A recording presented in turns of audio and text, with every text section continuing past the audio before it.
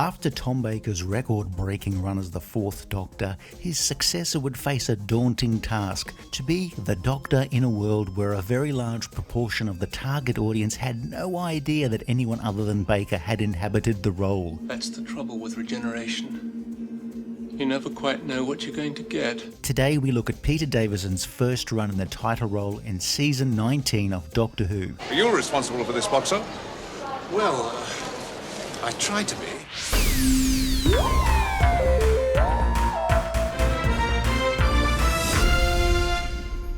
Tom Baker had become so synonymous with the role of the Doctor that in between the broadcast of his final episodes in March 1981 and the start of the following season in early 82, the BBC did something it very rarely did. They repeated a number of stories from older Doctors in order to remind viewers the Doctor didn't always have a scarf and a perm. Australian viewers who are used to constant repeats of Doctor Who might have said, "Hold my beer," except no Australian would ever say that, since it would warm up the beer intolerably and you'd have to tip it down the sink and get a fresh tinny. Next up on ABC television, Doctor Who. Tonight and every night for the next 1,000 years. In 1981, however, no episodes of Doctor Who were screened at all in Australia because apparently somebody complained to the Australian Broadcasting Commission about the number of repeats. Own up. It was you, Auntie Beryl. I know it was you. I have the transcripts here in front of me. On the plus side, however, as a replacement, Australian viewers got their first glimpse of Monkey, an English dub of a Japanese take on the Chinese classic Journey to the West. Producer John Nathan Turner had successfully eased out Tom Baker and was now able to cast his own lead in the series. His choice, a 29-year-old actor, at the time best known for playing the role of Tristan Farnan in All Creatures Great and Small, a show John Nathan Turner had previously worked on, and a series that was best known for writing copious scenes where actors would misplace their watches and then not be super keen to retrieve them. Davison was also appearing in multiple sitcoms at the time, but had already made a few appearances in science fiction programs, The Hitchhiker's Guide to the Galaxy, and of course his very first TV appearance, On the Tomorrow People, both times appearing with his first wife, Sandra Dickinson. In a break from tradition, the series would be screened in Britain, not on Saturday nights, but with 2 episodes each week screening on weeknights. I'm the Doctor. Or will be if this regeneration works out. The Fifth Doctor's persona would be a little hard to pin down, in that he doesn't really have too many definable traits in his first year. Terrible lung capacity, since he's always out of breath, sometimes close to the point of hyperventilating. He has an affinity for cricket, well, in this season anyway, and then it's never mentioned again. Like that New Year's resolution you made about giving up sugar, only to be out trick-or-treating during the second week of January, trying desperately to make Hallowary a thing. The new Doctor would be somewhat more empathetic than most Doctors, and also a lot more sarcastic. Why didn't you say that's what you were looking for? Because I wasn't looking for it until I found it. And he would eventually develop the persona of a crotchety old man in a young man's body. But not really this season. Peter Davison, mindful of how tense Tom Baker's moods had made the atmosphere working on the show, was determined to make the experience of making Doctor Who more easygoing. Of course, Davison himself would one day also become a crotchety old man, often using startling honesty to describe the time constraints and conditions under which the show was made. Have a look around, see what papers you can find. Oh, you think they'll have left a forwarding address? Will you... Just look around, there might be something. The Doctor's new costume was the designer's idea of an Edwardian cricket outfit, but really it's plucked out of thin air. Last season, new producer J&T had insisted on adding question marks to the Doctor's collars, and here, Davison's new costume keeps the questionable design touch, one that would be inflicted on every Doctor of the 80s. Specific to the Fifth Doctor though, attaching Celery to his lapel. He would change these on occasion, but we'd not get an answer as to why until Davison's final story. But technically, the first piece of Celery he wore was in fact not real at all, but a projection of Adric's. The previous season had seen a changing of the guard, with 3 new companions introduced. The companions would each get moments to shine, and at least one story each where they were the focus. The Fifth Doctor would have more robust discussions and arguments with his companions. You've lost me my job. Patience. Men. With the atmosphere aboard the TARDIS sometimes akin to that of arguing flatmates. What about the base? Well, we'll find it. Just like you found Heathrow? All that's missing is them drawing a dividing line across the TARDIS floor. Could anyone pass the sodium chloride, please? Adric went from being mentored by the Doctor to an annoyance, a useless spare part. You know how the Doctor collects spare parts? That leftover Allen key to add to the collection of leftover Allen keys you've collected from years of assembling flat-packed furniture. Now listen to me, you young idiot. Adric wears a badge for mathematical excellence, but this season he's also collecting badges for whining, uncoordination, fumbling, and much of the time just being useless. I'm struggling to think of too many positive contributions by his character for most of this season. Actually, there is one, but you won't like it. What is this? It may be the only glimpse you ever get of my TARDIS. Try and think what the Doctor would do if he were here. Got it! Brilliant. Nyssa of Traken, fresh from having her entire planet wiped out by the Master, is somewhat more proactive thanks to her technical prowess occasionally being used by the writers. I understand bioengineering, but I'm also an expert in cybernetics. You dance? And although I say it myself, I'm considered quite good. She isn't easily taken in by frogmen, and despite getting the dimensions wrong, builds the Doctor a nifty tiny house. Looks very small, Doctor. But she also gets written out of an entire story by suddenly becoming narcoleptic. Nyssa is, in some ways, jailbait Romana without any antagonistic edges to her character, and much of the time is overshadowed by her more bombastic bestie, Tegan. Tegan recently lost her aunt to the Master, but we won't dwell on it all that much. She has the slimmest of story arcs over the year, with the Doctor trying and failing to get her back to Heathrow so she can resume her stalled career as a flight attendant. I suppose she has weighed the pros and cons. Marvels of the Universe, getting your butt pinched by a drunken businessman. Marvels of the Universe, handing out bath bags. Marvels of the Universe, collecting bath bags. Anywho, Tegan's whole thing this year is to ignore the wonders of the universe and carp on about wanting to get back to the 9-to-5 grind. She does at least make a few attempts at flying the TARDIS, and truth be told, she doesn't do half badly. A landing's a landing. Tegan being a smart mouth and ready to trade barbs with the Doctor gives her more character than any of Davison's companions. Broken clock keeps better time than you do. At least it's accurate twice a day. This season saw a new script editor join the series. Eric Sayward had a story commissioned and was soon offered the post of script editor, but in the meantime the series had a temporary script editor, Anthony Root, in place for some early stories. Sayward was a wannabe action writer, and the series would try to amp up excitement by having lots of short scenes. It is fun to watch, but sometimes the characters are serviced about as well as an out-of-warranty Jeep. You're beginning to sound like Tegan. This season would see stories recorded wildly out of production order, for various reasons. Davison's first story had script problems and was scrapped in favour of a new story written by former script editor Christopher Bidmead. Davison's first story was recorded fourth, his second story was recorded first, and his fourth story was recorded second, which does explain the massively variable hairdos from some of the cast. Tegan's hair even threatens to generate gravity at one point. Oh, that's great. Castrovalva kicked off the era of the Fifth Doctor with a very unusual story, but one made with a sense of style. Starting with a pre-credit recap of the end of Logopolis, the Doctor's regeneration isn't going too well. I mean, look, his boots have turned into shoes. Don't you understand?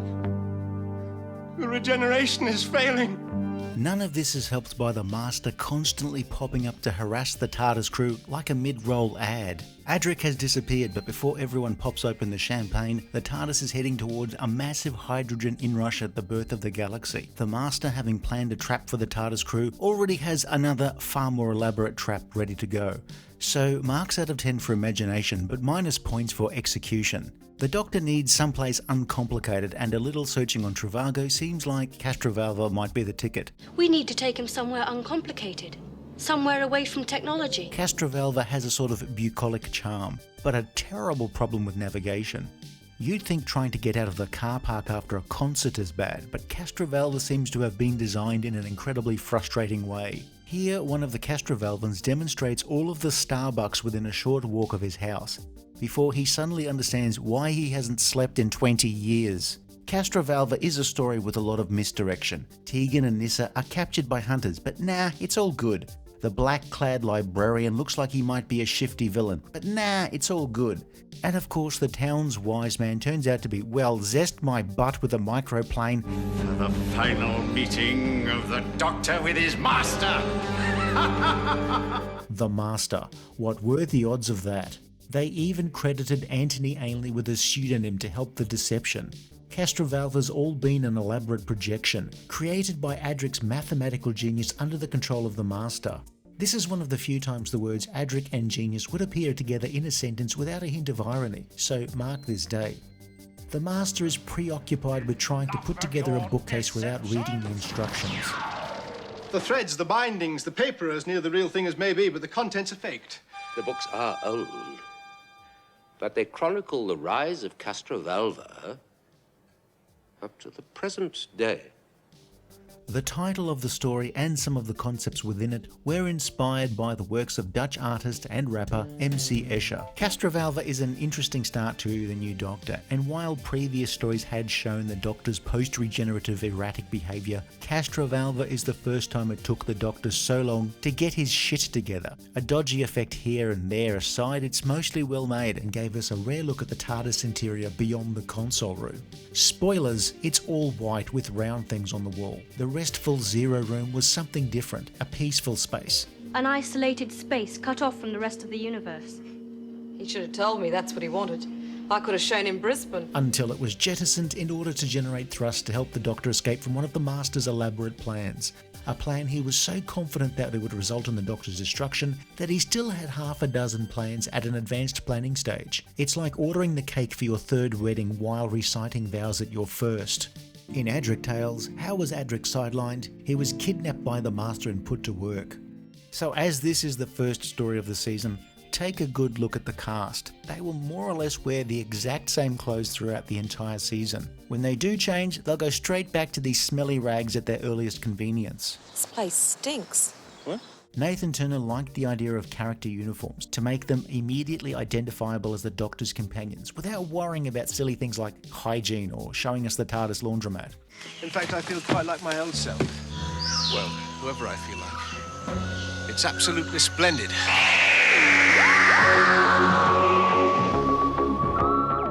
4 to Doomsday was the first story of the season to be recorded and gave Davison a chance to play the role loosely before eventually committing to a performance. As a result, he's relatively restrained. Writer Terence Dudley wrote 2 stories this season, and both of them seem to translate the show's writer's bible into a script form.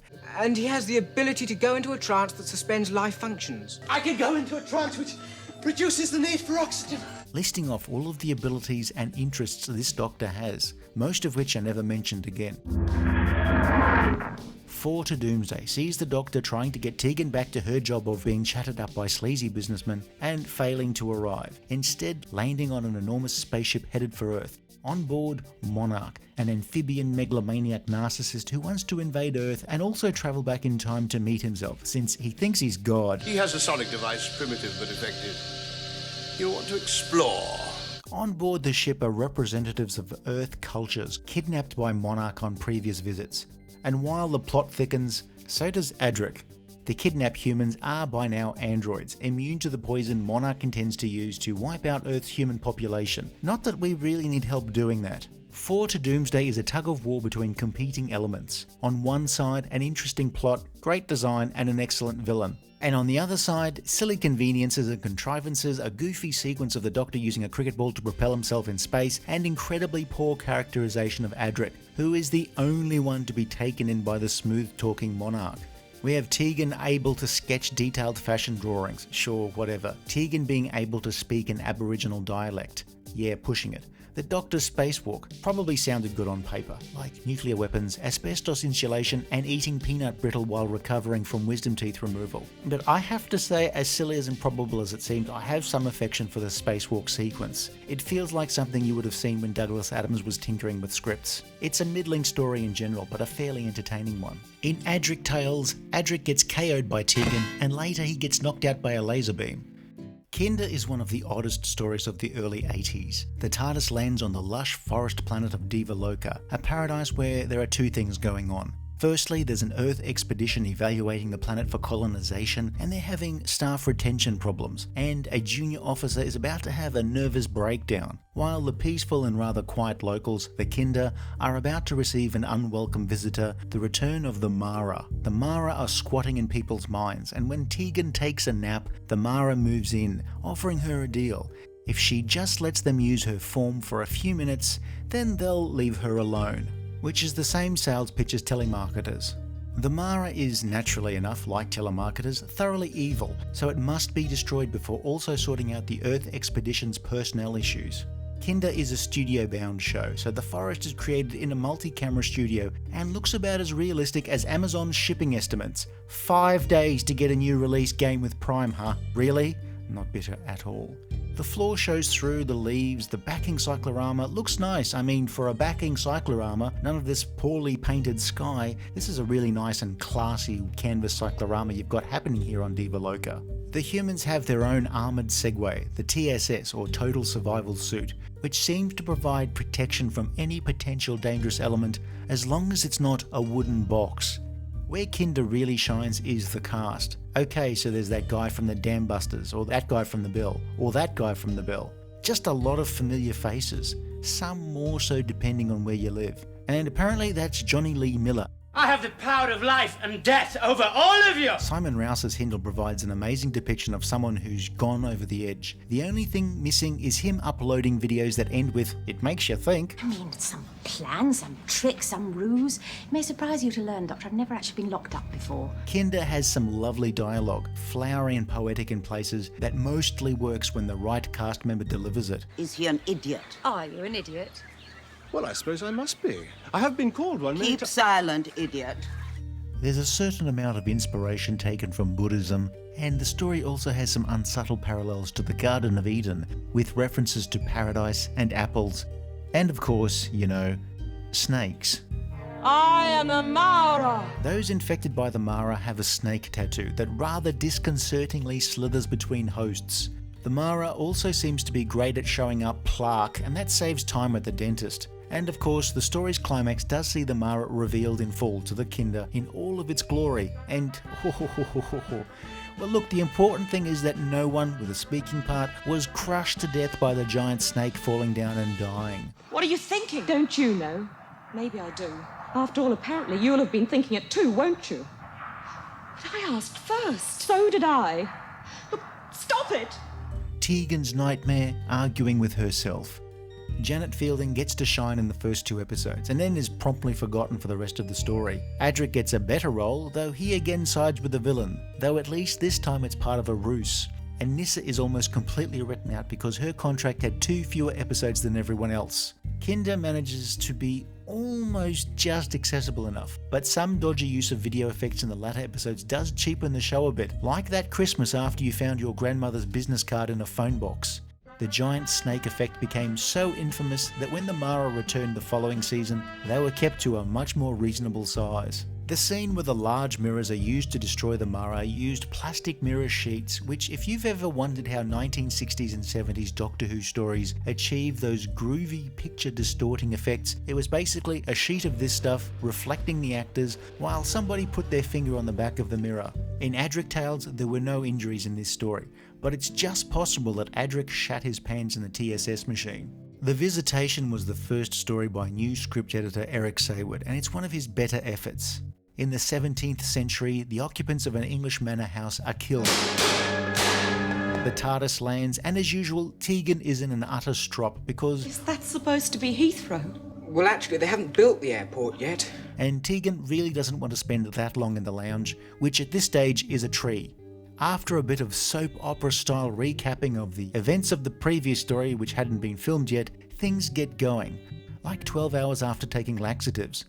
The crew meet an actor turned highwayman, Richard Mace, at your service. in one of the guest star highlights of the season, and yes, he's from On the Buses. What are these words you're using? Something's amiss with traces of high technology in the 1600s, which turns out to be from a crashed escape pod containing surviving inmates from a prison ship. The pterodactyls are planning to make the most of their new home by taking it over, just like when Auntie Beryl visited for a weekend and we knew we were up shit creek when she brought her own drapes with her. They're using rats to spread plague that will kill humans when all they really needed to do was wait a bit and let social media do that for them. The pterodactyls are a pretty cool creation, aided by an excellent vocal performance and the series' first use of rudimentary animatronics on a creature mask. The story's atmosphere really works well, even if some of the running around, getting captured and escaping gets repetitive. Like me saying, running around, getting captured and escaping again gets repetitive.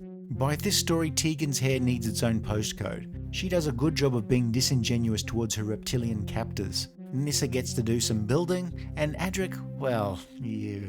The primitives on this planet are too willful and aggressive. I have little need for them.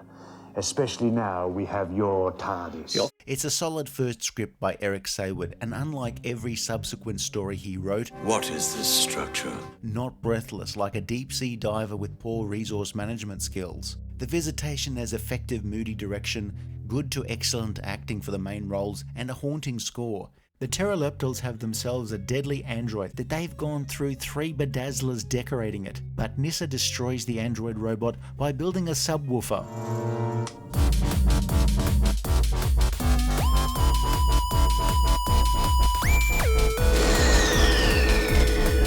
The Visitation does feature dialogue dripping with sarcasm, giving the TARDIS crew a little more character than usual. I'm not entirely convinced that she likes me. Now, don't jump to conclusions, Adric. Sometimes we humanoids try to disguise our true feelings. This is also the story where the sonic screwdriver is finally written out of the original series. I feel as though you've just killed an old friend. It is with some sadness that I tell you, you are about to join it. Why not smile and let me live? Doctor Who had always loved teasing the Doctor's involvement in historical events, and here the Pteroleptals' plan is thwarted by a fire in a bakery, which of course starts the Great Fire of London. I don't know, destroying most of the city? I don't see what's so fantastically great about a big fire.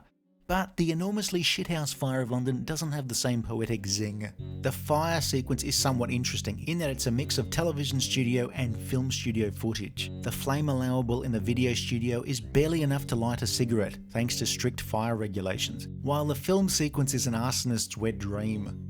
In Adric Tales, Adric falls over, gets knocked down by the android twice, and then's accosted by some villagers. Oh no! Black Orchid was the show's first 2-part story in a very long time. It's also a show where if you took out the TARDIS and its crew, there's nothing remotely sci-fi about the story. There's also nothing particularly fantastically interesting about it either, but it's silly fun. Landing on Earth in the 1920s, the Doctor is mistaken for a ringer in a local cricket match. It's all happening here. This new fast bowler is really on fire today after previously having taken out the entire Skaro team by having them sucked into a black hole. Janet Fielding is fielding and Adric is at silly mid-off. The crew are invited to a fancy dress knees up at Lord Cranley's house where Nyssa discovers she has a doppelganger, which is apparently German for dodgy split-screen effects. With the headdress, nobody but nobody will be able to tell us apart. Just as long as I don't show this. Then there is some drama. The former Lord Cranley isn't dead after all, but has been disfigured and driven insane, mistaking Nyssa for his former fiancée Anne. You, sir, are under suspicion of murder. Sarah Sutton gets to play a dual role in one of the few stories of her tenure as a companion that highlighted Nyssa. Peter Davison shows off his cricket skills, Janet Fielding does the Charleston at a rave in the garden, and Adric pigs out on the cold collation. Lemonade with lots of ice. My dear? A screwdriver, please. Ah, a screwdriver, Brewster. Thank you. I'll have the same. Better make that orange juice for the children, Brewster. The story is most fun when it plays like Jeeves and Hooster, but the Agatha Christie stuff works about as well as the business model of a milkman who exclusively sells sugar-free almond milk. The BBC used to do period pieces very well, and Black Orchid is no exception. A period piece with no anachronisms. It's nicely done and stylish, but has less reason to exist as a Doctor Who story than that unused pasta maker you have jammed in the back of a cupboard. You have to ask me to dance. Why? Because that's what everybody else is doing. In Adric Tales, he's eaten himself into a coma. Earthshock is a humdinger. Something's happened at an archaeological dig and a group of troops are sent to investigate. The TARDIS just happens to land in the middle of all of this, and of course, in these pre-psychic paper days, the Doctor and co look like obvious suspects. Too many people have died for you to play the fool. And wouldn't you know it, it's the goddamn Cybermen. Destroy them! Destroy them at once! Having failed to blow up Earth in the 25th century, the Cybermen then decide to sneak in an army through Earth's defense perimeter on a light entertainment freighter. After binging on old episodes of Doctor Who, the Cybermen's plan C is to turn the freighter into a missile to destroy Earth. But again, something goes wrong and the ship starts travelling back in time. The Doctor's not too concerned since they've gone back in time 65 million years, meaning Earth's future will be safe. The dinosaurs, however, ooh. Earth collided with a meteorite. Or something. The freighter? But the Doctor has a nagging feeling he's left something behind and can't quite remember what it was. Of course! That's it! Now I'll never know if I was right.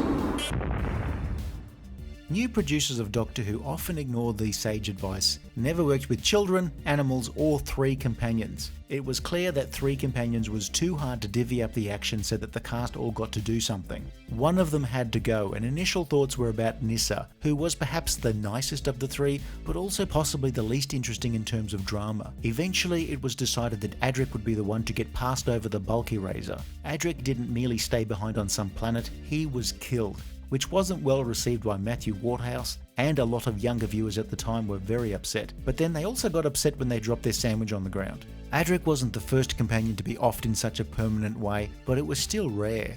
The 1966 12-part Dalek story, Daleks' Master Plan, killed off not 1 but 2 companions. One was to undo a poorly thought out companion, and the other was just there for shits and giggles. Goodbye, Tegan.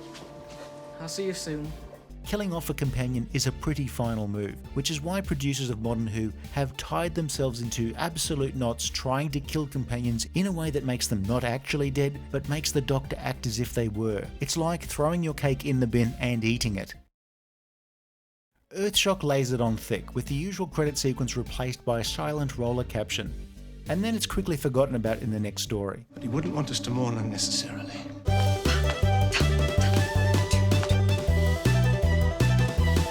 Earthshock is almost a revelation for a sci-fi focused action tale in Doctor Who. It moves along nicely, the visual effects, while a little dated, are still pretty well done for the time the show was made in, and it doesn't come off as an embarrassment, like my audition for Crazy Horse.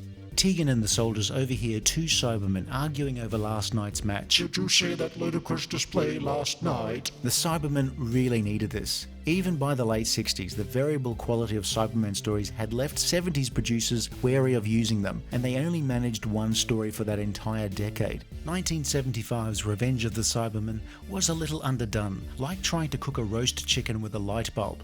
Any attempt to deviate from the planned course will be immediately detected. But here they throw off that disappointment and actually look like they're deadly and scary. So, we meet again, Doctor. David Banks as the Cyber Leader carved himself a niche that saw him cast in the role as the Cyber Leader whenever the metal meanies would show up throughout the 80s. The new redesign is as 80s as you could get without using lots of hairspray and cocaine. Excellent. John Nathan Turner was not a man who immersed himself in serious drama and literature, but was somewhat at home in the lighter world of soap operas and variety, which is a pity since he was the producer of a science fiction drama.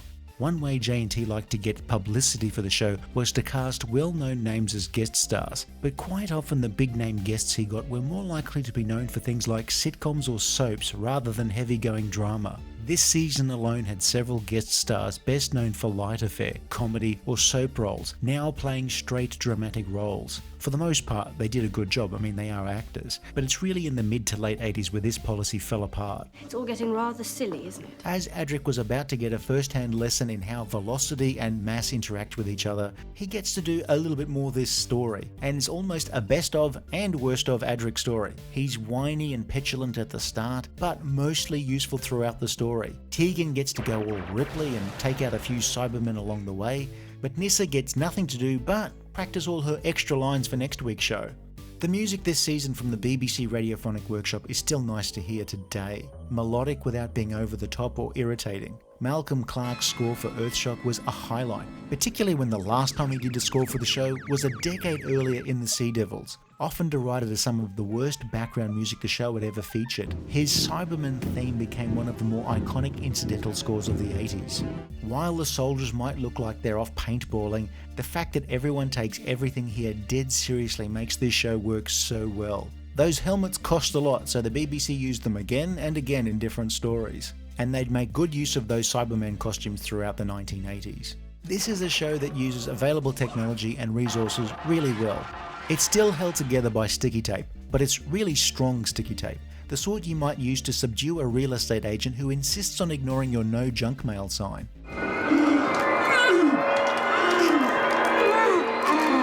It's got something the show rarely had enough of: atmosphere. The low lighting is creepy and effective. You wonder why they didn't do that more often. It's often due to lighting directors used to working on variety shows, plus the technical issues where low light levels resulted in very grainy picture. When Earthshock premiered, Peter Davison was at home watching on a broken TV and picked up something that everyone else missed: a crew member. The graininess is sometimes exacerbated by the way the video effects were added, with some sequences several generations removed from the raw footage. A copy of a copy of a copy. Like my high school essay on To Kill a Mockingbird. He deceived us. You never change. Earthshock hustles along nicely and is a perfect template for Eric Saward's style of action-adventure. Of course, he didn't always do it as well as he did here, but the hallmarks of a Saward story are here: pace, high body counts, and lots of bickering. Earthshock's reveal of the Cybermen at the end of Part 1 was not accompanied by any pre-release hype, making their appearance a genuine surprise to anyone not connected with the making of the show. It's one of the all-time great cliffhangers to a Doctor Who episode. And in Adric Tales, what, too soon? Dinosaurs. An amazing species. Are they your ancestors? Over the years, Doctor Who offered multiple explanations for the Loch Ness Monster, destruction of Atlantis, and now the Doctor was responsible for the demise of the dinosaurs. It does look like Adric's fiddling with the Cybermen's control device saved humanity, but gave the dinosaurs a reason to join the ranks of the anti-Adric Society. But I hope they didn't pay for a full year, because that would be a brief membership. When did you last have the pleasure of smelling a flower, watching a sunset, eating a well-prepared meal? These things are irrelevant. For some people, small, beautiful events is what life is all about. Timeflight is, something we'd see a fair bit in the 1980s, a show at the end of the season when they inevitably ran out of money. The BBC had been offered the use of Concorde, but rather than fly everyone to the Bahamas, they popped a TARDIS in the cargo hold and called it a day. This thing's smaller on the inside than it is on the outside. With exotic Heathrow Airport as the initial setting for this tale of missing aeroplanes, we see Concordes travelling backwards in time to prehistoric Britain, a time when the local cavemen were nostalgic for the good old days of being a Neanderthal. The conjurer Khalid had kidnapped a Concorde for, what the hell, I just bet that's the goddamn master again. Called it.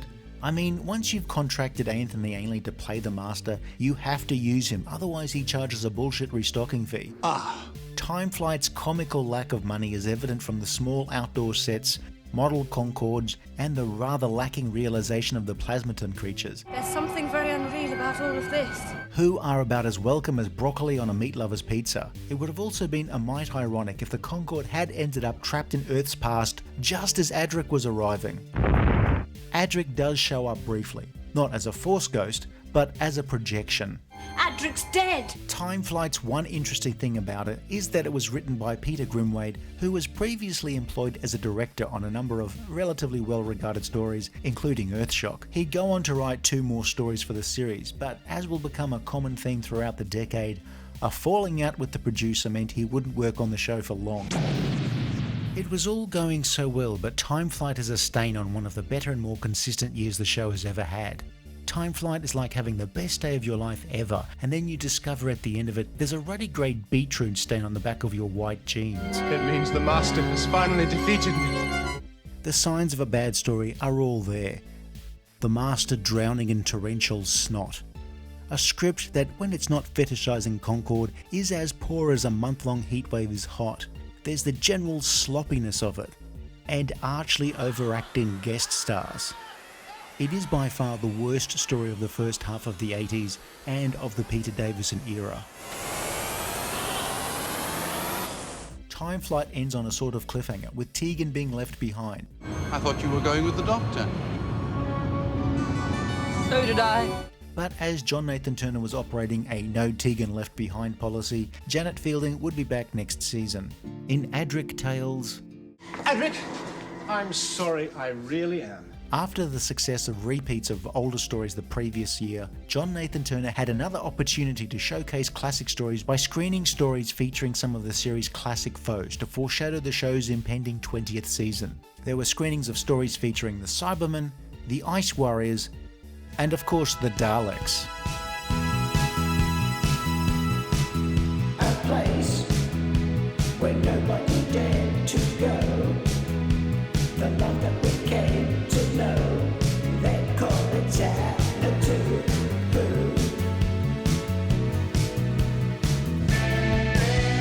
Xanadu.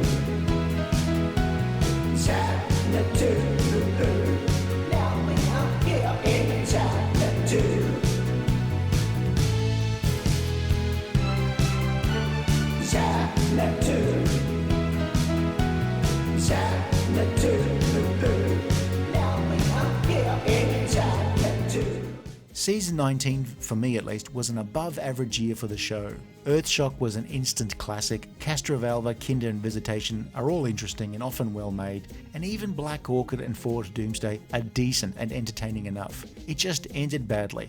Like the football match where your team was winning just before a sinkhole opened up and engulfed them all. Tom Baker had been a hard act to follow, but Davison's first year pulled in some very good ratings, vindicating the move to twice weekly broadcasts. In Australia, we belatedly got to see Baker's last season in early 1982, which led directly into screenings of Peter Davison's debut season. John Nathan Turner's magic was still working, and his luck was holding. I want to see where this goes. The following year would see the series reach its 20th anniversary, but there would be pain along the way. No, Adric was not coming back. Industrial action and a run of relatively average stories would provide a curtailed and less satisfying season, but with the promise of a standalone anniversary special to celebrate the show's ongoing legacy, or at least 80% of it. If you enjoyed this video, please like and subscribe, leave a comment below or check out some of our other videos. Now that I'm here,